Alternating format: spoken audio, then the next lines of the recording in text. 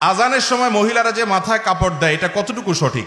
আজানের সময় মহিলাদের জন্য মাথায় কাপড় দেওয়া এটা কোনো জরুরি কিছু না। আমাদের সমাজে মহিলারা আজান হলে বাসা বাড়িতে থাকলে মাথায় কাপড় দেয়, ঘোমটা দেয়, মনে করে এটা আজানের হক।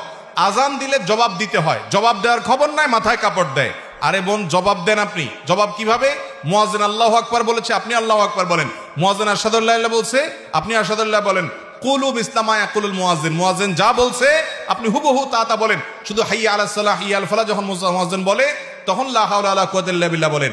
এভাবে মুয়াজ্জিন আজানের যদি জবাব দেন, মুয়াজ্জিন যে পরিমাণ সওয়াব পায় আপনি ওই পরিমাণ সওয়াব পাবেন। আর মুয়াজ্জিন কি পরিমাণ সওয়াব পায় জানেন? হাদিসে আসছে মুয়াজ্জিনের আজান শুনে যত মানুষ নামাজ পড়ে তাদের সবার সমপরিমাণ সওয়াব মুয়াজ্জিন সাহেব পায়, আর আপনি জবাব দিয়ে ওই পরিমাণ সওয়াব পাইতে পারেন।